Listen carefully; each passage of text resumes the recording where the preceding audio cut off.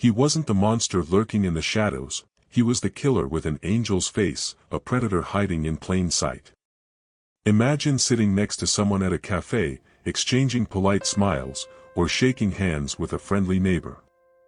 Now, imagine discovering that beneath that perfectly normal exterior lies a mind consumed by darkness. It's a chilling thought, isn't it? But the scariest thing about true crime is that evil rarely announces itself.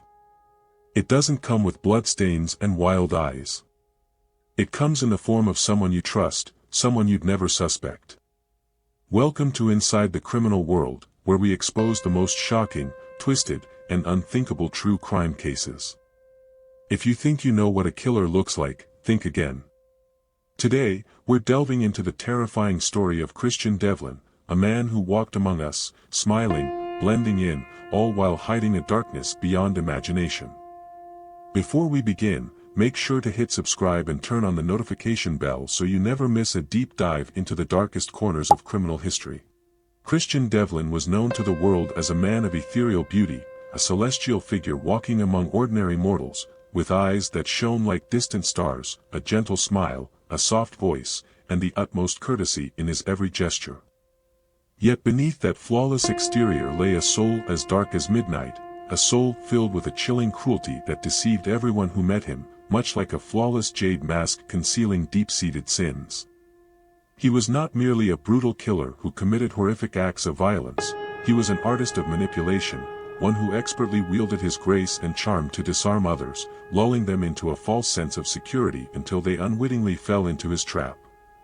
In the dimly lit corridors of the city, Christian Devlin emerged as a beautiful angel in human form, yet every smile and every look from him carried a whisper of death's cold promise.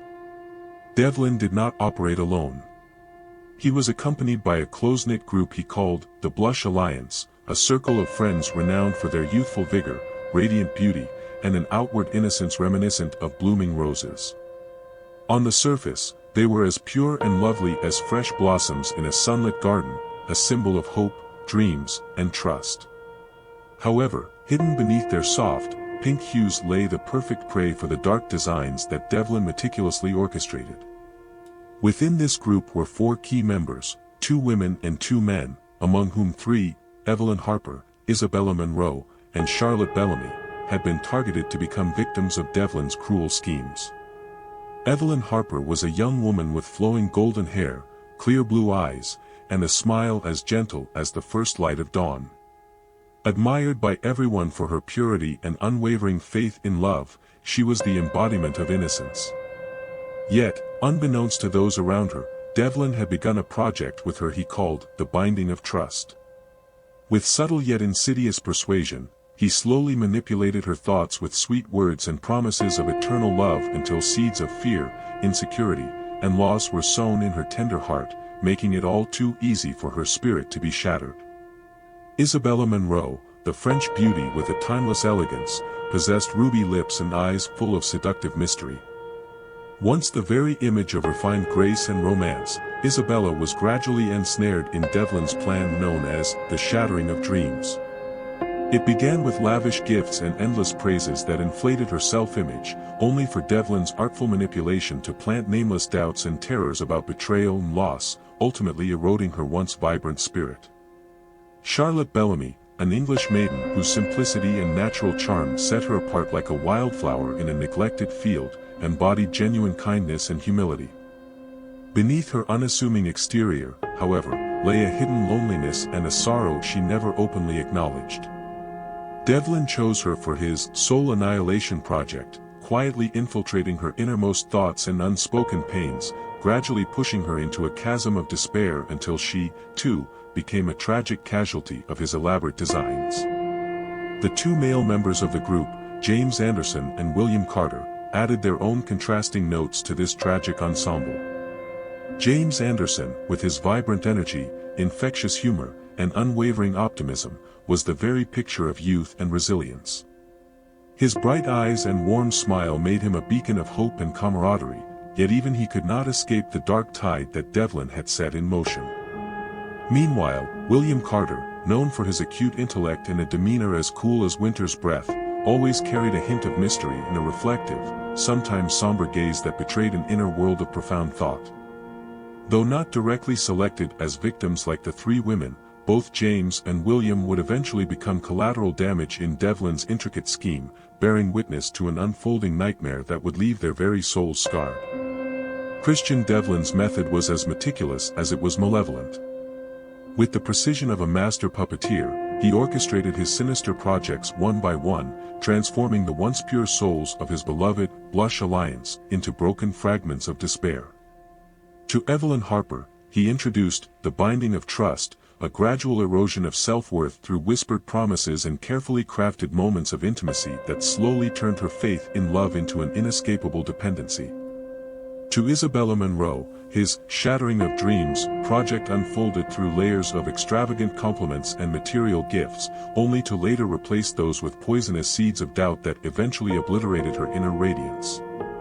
For Charlotte Bellamy, Devlin's soul annihilation was executed with delicate precision. He listened intently to every word she uttered in moments of vulnerability, slowly weaving a private world of deceit and isolation until her natural resilience was all but extinguished. Even James Anderson and William Carter, though not targeted with the same direct intent, found themselves subjected to Devlin's cruel manipulations. James was thrust into scenarios of fabricated betrayal that eroded his inherent trust and optimism, while William was forced to confront the darkest recesses of his own mind, as the insidious doubts planted by Devlin transformed his once steady confidence into a haunted uncertainty. Devlin's true genius lay in his ability to turn the very beauty of the Blush Alliance into his instrument of destruction. On the surface, the group appeared as a vibrant tableau of youth, hope, and unblemished charm, each member radiating the delicate pink hues of innocence, as if they were living embodiments of a springtime garden.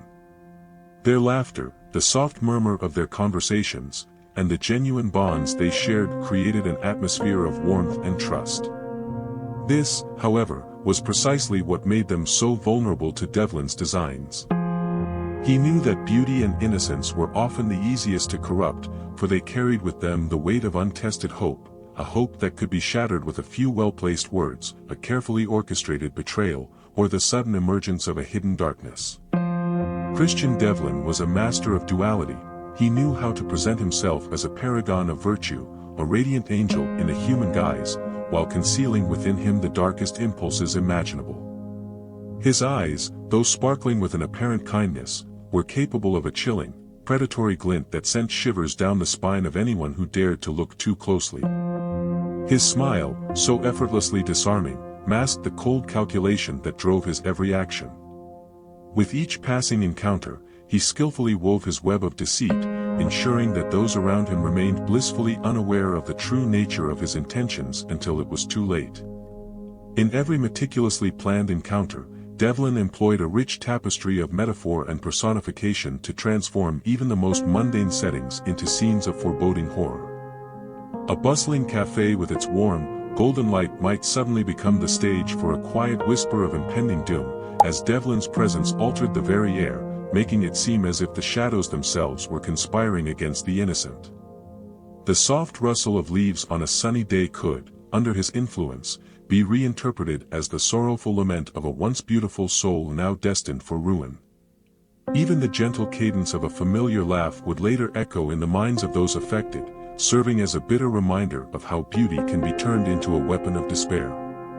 At social gatherings that appeared filled with joy and camaraderie, where laughter rang out like the delicate chime of crystal and every corner of the room shimmered with the hues of youthful hope, Devlin was always present, an unseen conductor orchestrating a dark symphony.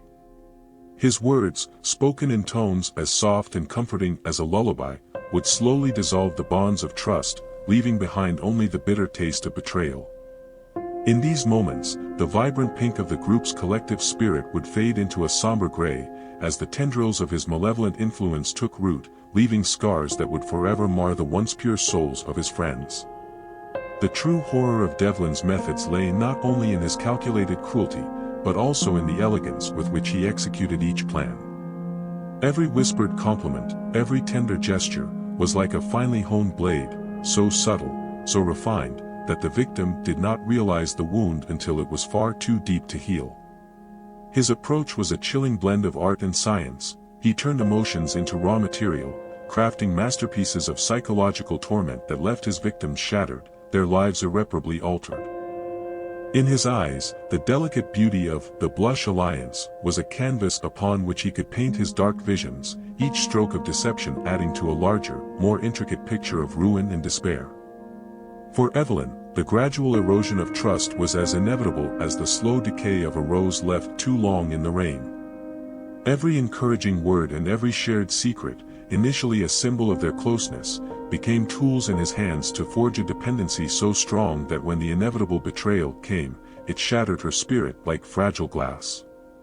For Isabella, the lavish gifts and endless adoration served as the scaffolding for a dream that was systematically dismantled by insidious doubts and creeping fears, until the very foundations of her self-worth crumbled beneath the weight of her newfound disillusionment. And for Charlotte, whose simplicity and sincerity had always been her greatest strengths, Devlin's subtle manipulations twisted these virtues into liabilities, gradually eroding the quiet confidence that had once defined her. Even James and William, though spared the direct brutality of his designs, found themselves drawn into the vortex of his sinister machinations. James, ever the optimist, was forced to confront a barrage of fabricated betrayals that slowly eroded his natural cheer, leaving him with eyes that no longer sparkled with unburdened joy but rather with a distant, haunted look, as if he were forever mourning a loss he could not quite name.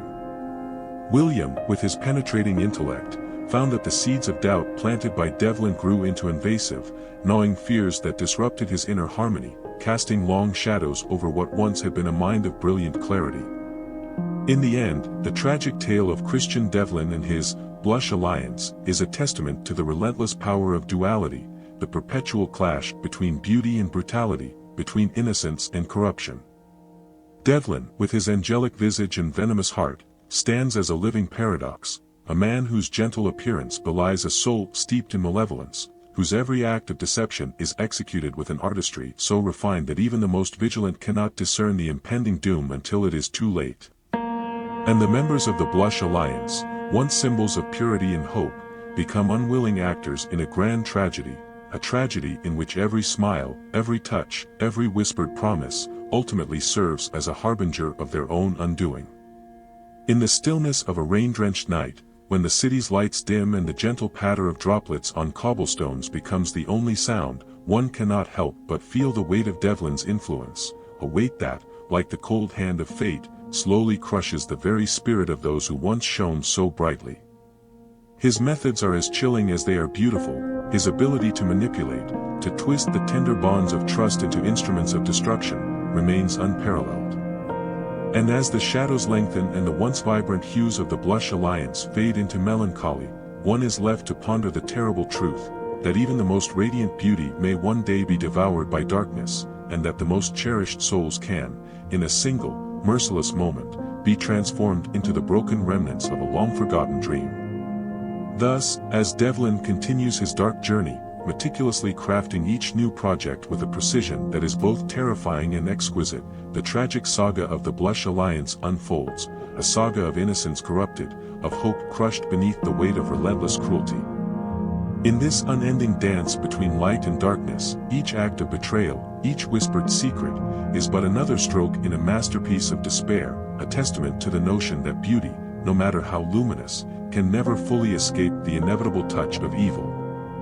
And in the quiet aftermath of every broken promise, in the silence following every stolen smile, the world is left with only one chilling reminder, that beneath the serene mask of a gentle soul, there may lie a heart as cold and unforgiving as the depths of a frozen winter night.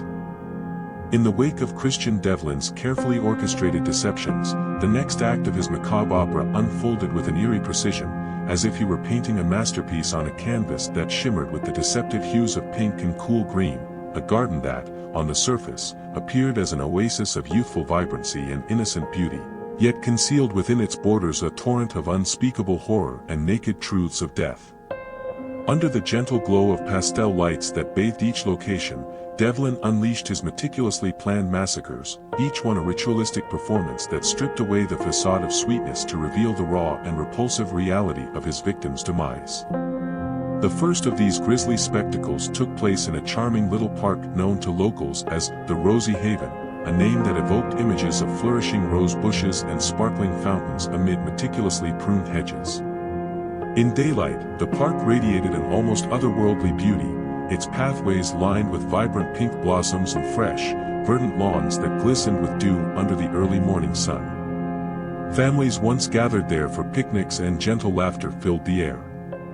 But as twilight descended, the park transformed into a stage for Devlin's dark designs. Under the cover of dusk, with shadows lengthening and merging into one another, the killer struck with a clinical ruthlessness. In one such fateful evening, as the soft murmur of distant voices and the rustling of leaves played like a lullaby in the background, Devlin entered the park like a ghost clad in the guise of a benevolent spirit. His presence, always cloaked in a deceivingly serene smile and a calm demeanor, belied the storm of malevolence that churned within him. With methodical precision, he began his massacre, a performance of death executed amidst the very elements of beauty that defined the park. The massacre was not chaotic or random, it was an artful desecration that unfolded as though following an invisible script written in blood and despair.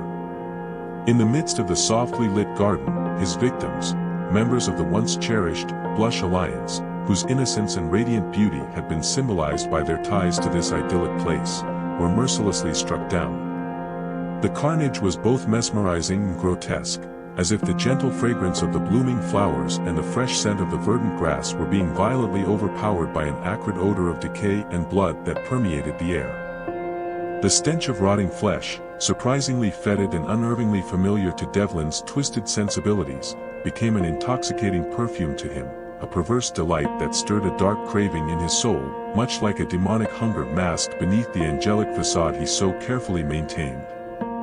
I remember standing in the aftermath of that massacre, the garden of false innocence now transformed into a gruesome tableau where the soft pastel colors seemed to bleed into one another with the dark crimson of spilled blood. The irony was as profound as it was horrifying. In a place that, in the light of day, epitomized the serene beauty of youth and hope, the truth of death was laid bare with a brutality that was impossible to ignore. The victims, once vibrant and full of promise, lay in silent testimony to Devlin's methodical cruelty, a silence punctuated only by the soft, relentless drip of water mixing with the decay. Their lifeless forms, arranged with a perverse sense of order among the rose bushes and manicured hedges, seemed almost to mock the beauty of the surroundings, as if to reveal that beneath every gentle petal, a thorn of despair awaits. Not far from this park, another massacre was staged in an upscale residential district known as the Verdant Enclave, a name that conjured images of lush greenery in a cool, refreshing atmosphere. Here, manicured gardens and crystal-clear fountains formed a perfect backdrop for the most disturbing of Devlin's plans. In broad daylight, the enclave was a sanctuary of calm and refinement, its immaculate lawns, sparkling with morning dew and bordered by vibrant, healthy shrubs, offered a peaceful retreat from the harsh realities of urban life. Yet, as night fell and shadows lengthened, the enclave became the setting for a horror that defied the natural order. Under the guise of an ordinary evening, when the residents had gathered for a festive celebration in the communal courtyard, a scene replete with soft laughter, twinkling lights, and the gentle murmur of convivial conversation, Devlin's hidden agenda was set into motion. With a predatory grace that was both mesmerizing and horrifying, he struck with a ferocity that shattered the fragile veneer of joy. In a series of calculated moves, his hands became instruments of death, transforming the vibrant celebration into a macabre dance of carnage. The massacre unfolded in the very heart of the enclave, where the lush greenery and cool blues of the surrounding landscape provided a stark contrast to the brutal reality of the victim's demise. Amid the elegant setting, bodies lay strewn in positions that betrayed the chaos of their final moments, each one a tragic monument to the cruelty that had been unleashed. The stench of decay, the sickening tang of death, clashed violently with the normally refreshing sense of blooming flowers and freshly cut grass, creating an olfactory nightmare that, to Devlin, was as alluring as it was repulsive. For him, that fetid odor was not merely the mark of death, it was a sensory ecstasy that awakened the darkest recesses of his perverse desires, a reminder that even the purest beauty can be consumed by the insatiable hunger of evil. As the news of these unspeakable atrocities spread, the community was plunged into a state of shock and despair. Families who had once taken comfort in the gentle beauty of their surroundings now found themselves haunted by images of unspeakable horror.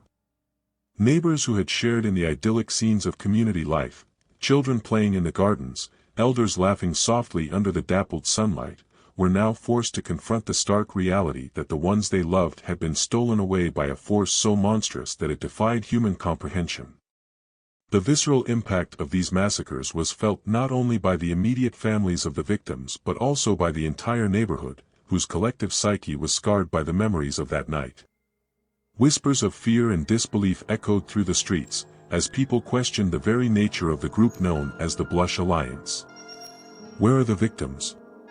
Why does this group, once so full of life and promise, now display such strange, otherworldly behaviors? These were the questions that haunted me on my relentless journey, a journey that forced me to confront not only the horror of Devlin's crimes but also the subtle, pervasive transformation that had overtaken the survivors and the community alike. The true terror of these events lay in the unsettling contrast between the serene settings in which the massacres occurred and the naked brutality that lay beneath. Each location, a park bathed in soft pink hues, a residential enclave that once symbolized the pinnacle of refined living, became a stage for a paradox of beauty and horror, where the gentle exterior masked a core of savagery. In these places, the meticulous planning of Devlin was evident in every detail, the way the natural beauty of the surroundings was twisted into a grotesque parody of itself, the juxtaposition of the refreshing scent of nature with the overpowering stench of death, and the manner in which the victims' bodies, arranged in a disturbingly orderly fashion, transformed into symbols of a cruel fate. To the casual observer, these locations might still appear as idyllic havens, but to those who knew the truth, they were forever tainted by the memory of a massacre, a permanent scar on the landscape of their lives. For Devlin, the scent of decay was not a repugnant byproduct of death but a heady, almost hypnotic perfume that fueled his dark passion.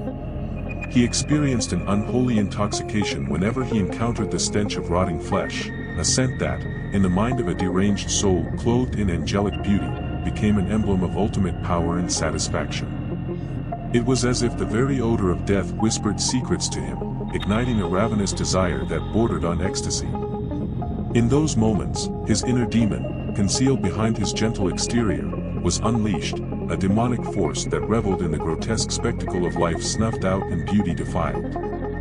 Each massacre was a ritual for him, a sacrament in which he venerated the duality of his nature, the external mask of a celestial guardian, and the internal hunger of a fiend consumed by a perverse lust for destruction.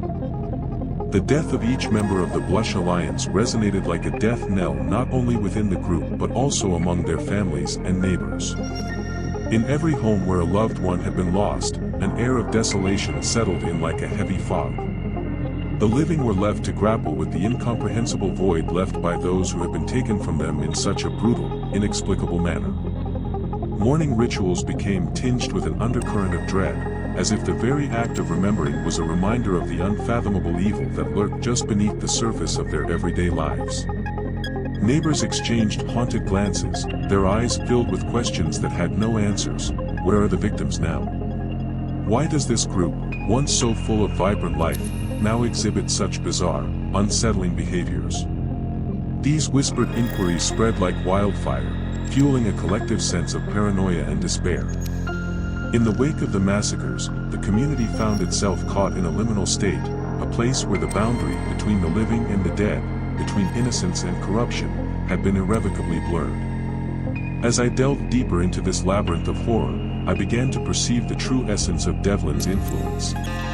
His calculated cruelty was not confined to the physical act of murder but extended to the psychological torment that ensued. The surviving members of the Blush Alliance, now forever altered by the traumatic events, exhibited strange behaviors and inexplicable mannerisms that set them apart from ordinary people. Their once bright eyes, which had sparkled with youthful optimism, now held a distant, haunted quality, a reflection of the unspeakable horrors they had witnessed and endured. The delicate balance of their personalities had been disrupted, leaving behind an unsettling void that made them appear almost otherworldly in their grief and detachment. Family members and neighbors could not help but wonder, how could those who were once so vibrant and full of life now seem so alien, so estranged from the world they once knew? This mystery, this question of identity and transformation, gnawed at my mind as I continued my investigation, urging me to seek out the hidden truths behind the bizarre changes in the group. Every massacre orchestrated by Devlin was a piece of a larger, incomprehensible puzzle, a puzzle that defied logic and mocked the natural order of life and death. In each location, the meticulously maintained beauty of the surroundings served as a stark counterpoint to the raw, unadorned brutality of the killings. A garden once known for its sweet scent of blossoms and the refreshing coolness of its green lawns became an altar of blood and decay, where the perfume of death mingled with the lingering aroma of nature's bounty. The juxtaposition was so jarring that it seemed as though the very elements of the environment were in on Devlin's dark conspiracy. A conspiracy in which the gentle rustling of leaves and the soft hum of a nearby fountain transformed into a sinister symphony heralding the arrival of death. In these moments, the line between the natural and the unnatural blurred, as if the beauty of the world itself was tainted by the corruption of an unseen force. For Devlin, these massacres were more than acts of violence, they were cathartic rituals, each one a macabre celebration of his inner duality. The beauty of the pink-hued parks and cool, vibrant landscapes was but a veneer, a deceptive shield that masked the undercurrent of savagery and nihilism that propelled him forward. He reveled in the contrast between the serene, almost idyllic settings and the unspeakable horror that erupted within them. Every drop of blood, every shriek of terror, was a note in the dark ballad of his existence, a ballad that celebrated the paradox of his own nature, an angelic visage entwined with demonic hunger.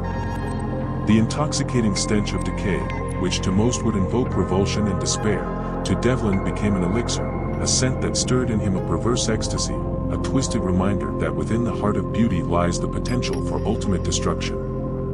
This journey into the heart of Devlin's massacres forced me to confront questions that resonated deep within the fabric of my own being. I found myself haunted by a persistent, chilling inquiry: where are the victims? Why does this group, once so full of radiant innocence, now seem so strangely altered, as though touched by an otherworldly force? It was as if the very essence of the Blush Alliance had been corrupted, their identities dissolved into a murky blend of grief, trauma, and inexplicable transformation. Their once luminous souls had become vessels for an eerie presence, a spectral echo of the massacres that had claimed their lives piece by piece. The families of the fallen, the neighbors who had once shared in their joy, were left grappling with the staggering reality that the people they loved had been irrevocably changed by a horror that defied understanding. The community, once united by shared hope and quiet pride, now found itself splintered by fear and suspicion, each individual haunted by the memory of that fateful night and the lingering question of why such a monstrous fate had befallen the seemingly innocent. In my relentless pursuit of the truth, I began to see the massacres not merely as isolated tragedies but as deliberate, almost ritualistic acts that exposed the raw underbelly of a society that had been seduced by the allure of false beauty. The soft, pastel colors of each location, the gentle pinks of blossoming roses, the cool greens of manicured lawns, the shimmering blues of tranquil fountains, became symbolic of the delicate facade that the victims had embodied, a facade that was violently stripped away to reveal the grotesque reality beneath. Each massacre was like a brutal exorcism, a violent purge that left behind a landscape scarred by the truth of human cruelty. The scent of death, with its sickly, fishy aroma, permeated every corner of these once beautiful spaces, transforming them into haunted memorials of a terror that was as visceral as it was surreal. For Devlin, that repulsive odor was a siren call, a maddening perfume that ignited the darkest corners of his being, fueling a hunger that was both insatiable and perversely poetic. It was a scent that he embraced with a fervor bordering on ecstasy, a twisted reminder that in the interplay of life and death, even the most exquisite beauty can be devoured by the relentless jaws of evil. As the massacre continued to unfold across different locations, each scene became a harrowing testament to Devlin's mastery over the art of carnage. In one forgotten corner of the city, amid a serene courtyard bathed in soft hues of pink and cool shades of blue, The bodies of his victims lay scattered in a tableau that was both disturbingly ordered and heart-wrenchingly tragic. In another, within the pristine confines of a public garden that once echoed with the laughter of children and the gentle murmur of families, the silence was shattered by the brutal aftermath of a single, meticulously executed massacre. Each location, no matter how idyllic in appearance, was transformed into a stage for a horrifying revelation. The naked truth of death laid bare in the most jarring contrast to the superficial beauty that surrounded it. In the midst of this relentless spree of violence, the surviving members of the Blush Alliance, along with the families of the fallen and the neighbors who had once known them as paragons of youthful hope, were left to bear the crushing weight of a mystery that defied all explanation. Their collective grief, their stunned disbelief, and the eerie transformation of those who had once been vibrant symbols of innocence coalesced into a pervasive sense of dread that hung over the community like a suffocating shroud. It was in the quiet moments after the carnage, when the echoes of Devlin's atrocities had faded into a grim silence, that I found myself asking the same unsettling questions over and over. Where are the victims? Why does this group, this once cherished alliance of beauty and promise, now bear the marks of something otherworldly, as if touched by a curse that no mortal can fathom? These questions reverberated in my mind, mingling with the stench of decay and the lingering whispers of a tragedy that seemed destined to haunt the very soul of the city. In the aftermath of each massacre, as I walked through the ruined remnants of what once were sanctuaries of life and joy, I could not help but feel that the environment itself had become complicit in the horror. The gentle breeze that once carried the scent of blooming flowers now carried a bitter reminder of death, as if the very air had been tainted by the cries of the fallen. The once vibrant colors of the landscape, those soft pinks, cool greens, and clear blues, had faded into muted tones, a somber palette that bore witness to the unspeakable acts committed in their midst. Every element of nature, from the rustling leaves to the trickling water of a fountain, seemed to murmur secrets of loss and despair, as if lamenting the transformation of beauty into a grotesque monument to human cruelty. For Devlin, the sheer sensory overload of these massacres, the clashing odors, the violent disruption of idyllic scenes, the raw, unfiltered display of human suffering, became a source of perverse satisfaction. He reveled in the stark irony of his work, that in a world where beauty is cherished and innocence is revered, he could dismantle the very foundations of hope with a single, calculated act of violence. The sickening stench of death, rather than repelling him, fueled his dark cravings, transforming his every encounter into a macabre feast for the senses. Like a demon masquerading as an angel, he moved through these scenes of carnage with an elegance that belied his monstrous nature, savoring every moment of the chaos he had wrought. His actions were imbued with a disturbing artistry, a deliberate, almost poetic ruthlessness that left no detail to chance. Each massacre was meticulously choreographed, every step of the process designed to strip away the veneer of normalcy and reveal the raw, unvarnished truth of mortality.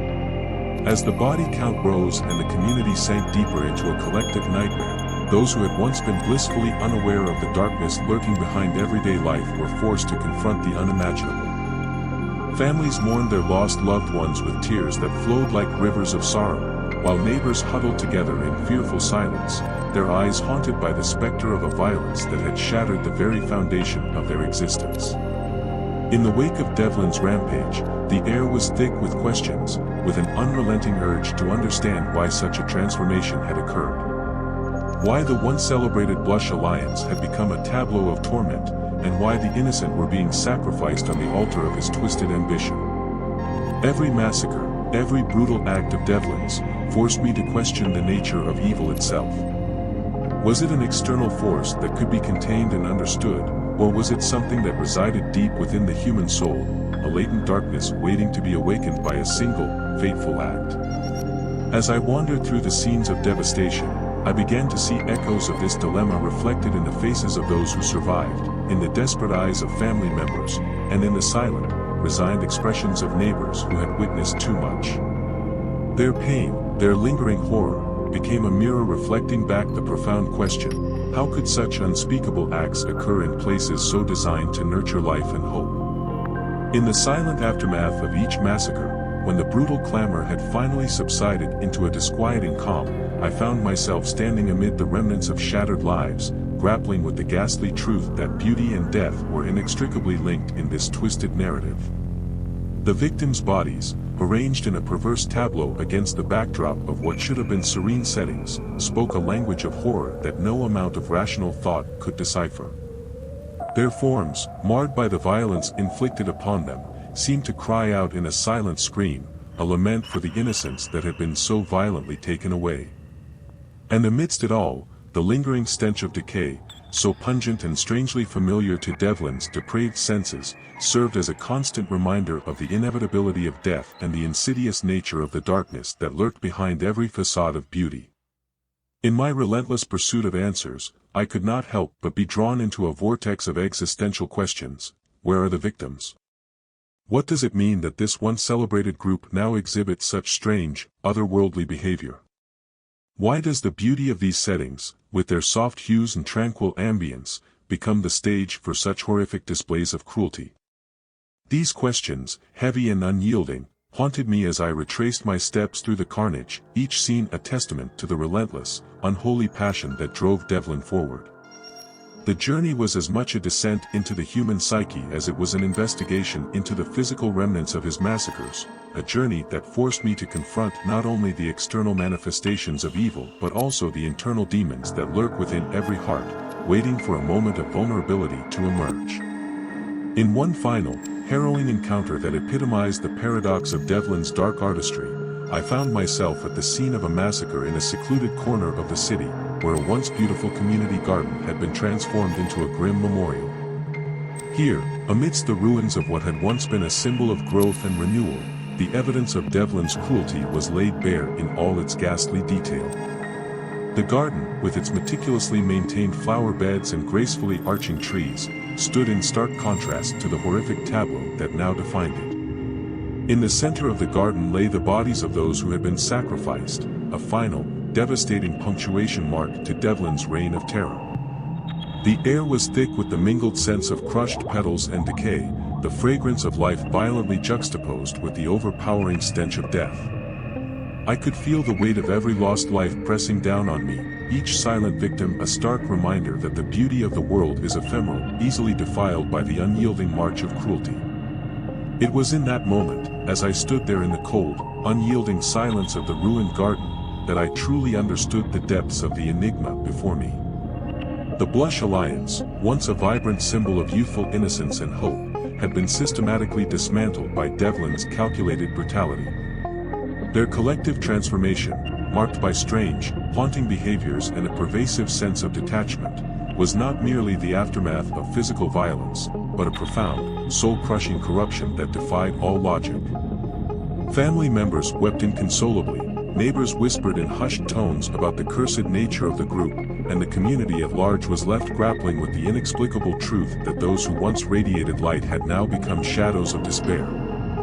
For Devlin, the atrocities he committed were a twisted form of art, a celebration of the inherent duality of existence. To him, the gentle pink and cool green landscapes of these massacres were the perfect canvases upon which to project the stark reality of death, a reality that was as much about the decay of beauty as it was about the inevitable triumph of darkness. The scent of death, that sickly, pungent aroma that clung to the remnants of his victims, was not a mere byproduct of violence but an elixir that stirred his most depraved instincts. In that odor, he found a perverse satisfaction, a reminder that even the purest of forms can be subverted and consumed by the insatiable hunger of a soul corrupted beyond redemption. This endless cycle of massacre and despair, staged with an almost religious fervor, left me with a chilling refrain that echoed through the ruins of each site: where are the victims? Why does this group, once so radiant and full of life, now exhibit such an uncanny, alien quality? The question was not simply a matter of physical absence but a metaphysical inquiry into the nature of identity, of what it means to be alive when one's essence has been so irrevocably marred by the touch of evil. It was a question that haunted every conversation, every silent glance exchanged between those left behind, a question that seemed to reverberate in the very fabric of the community. The journey into these massacres became a pilgrimage of sorts, a quest not only to uncover the physical remnants of Devlin's atrocities but to understand the psychological and spiritual devastation wrought upon the survivors. In every ruined garden, every defiled sanctuary of beauty, I saw a reflection of the community's shattered soul, a mirror in which the bright hope of the past had been replaced by a lingering, inescapable grief. The once cheerful voices of children, the warm smiles of elders, and the vibrant chatter of families had all been muted, replaced by the hollow echoes of loss and the relentless specter of fear. And amidst this collective desolation, the memory of Devlin's crimes loomed large, a permanent stain on the landscape of human emotion. Even as I painstakingly documented every detail, every sensory nuance of these massacres, I could not shake the feeling that I was being drawn inexorably toward a deeper, darker truth, a truth that lay hidden in the very contrast between the alluring beauty of these settings and the unspeakable horror. Are that unfolded within them? The paradox was as clear as it was disturbing.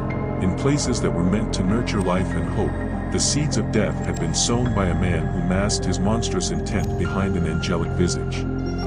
This revelation, brutal in its clarity, forced me to confront the stark reality that the true nature of evil is not always an external force to be battled, but an insidious presence that can infiltrate even the most cherished symbols of innocence. As I continued my investigation, the question that had tormented me from the very beginning only grew louder and more insistent: where are the victims? Why do the survivors of this unholy alliance exhibit such strange, inexplicable behaviors, as if touched by a curse that transcends mortal understanding? It was a question that demanded answers not only in the realm of forensic evidence and eyewitness accounts but in the intangible, often elusive realm of human emotion and spiritual decay. Each new clue, each whispered testimony, added another layer to the mystery, a mystery that was as much about the destruction of identity and hope as it was about the physical act of killing. In the end, the massacres orchestrated by Christian Devlin in those seemingly idyllic, pastel-hued locations became the ultimate embodiment of his twisted philosophy. They were rituals of defilement that stripped away the veneer of beauty to reveal the seething, corrosive nature of evil. The gentle colors of pink and green, once symbols of renewal and vitality, had become perverse backdrops for the most brutal displays of human suffering.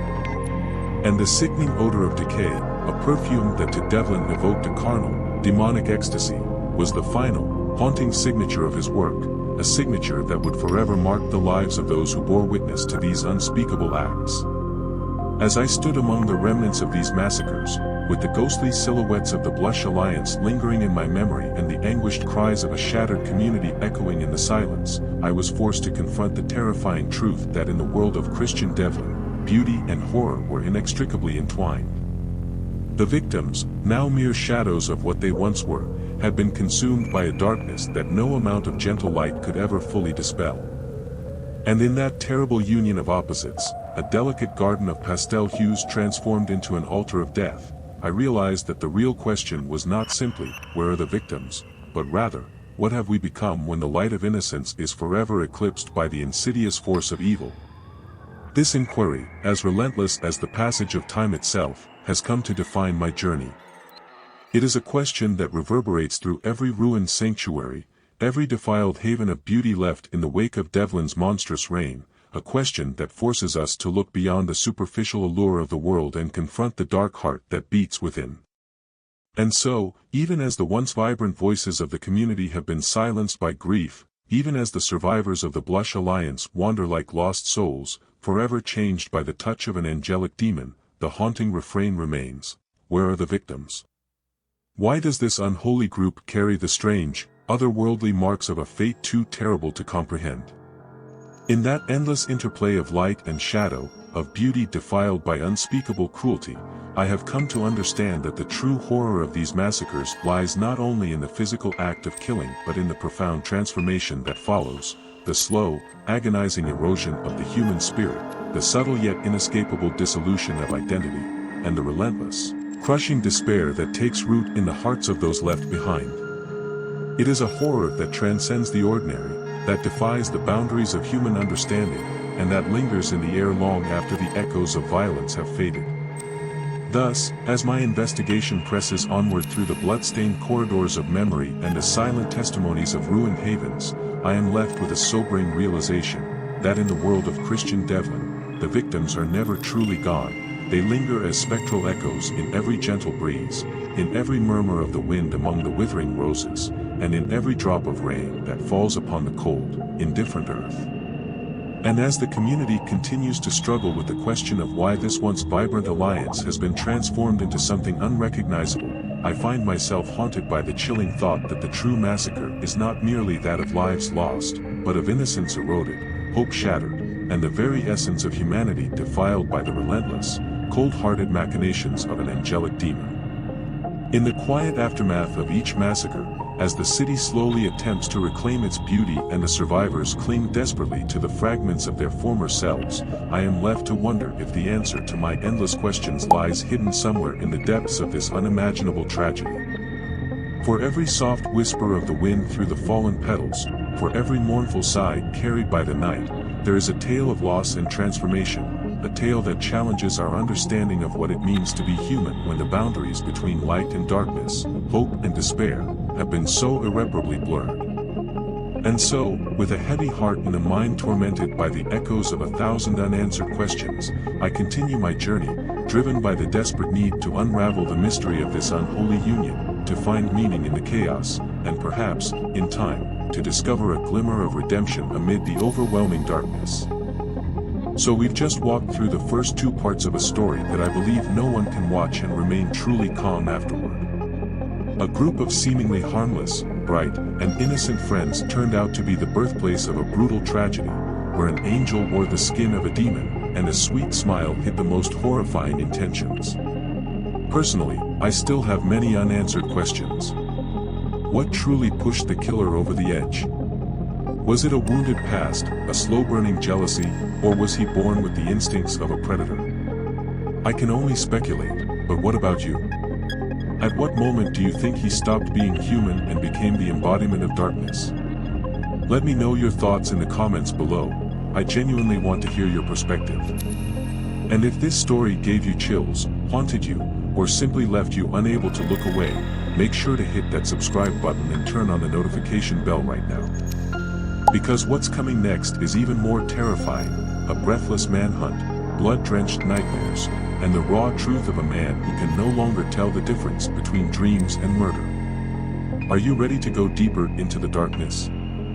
See you in the next episode of The Angelic Predator Who Hunted in Plain Sight.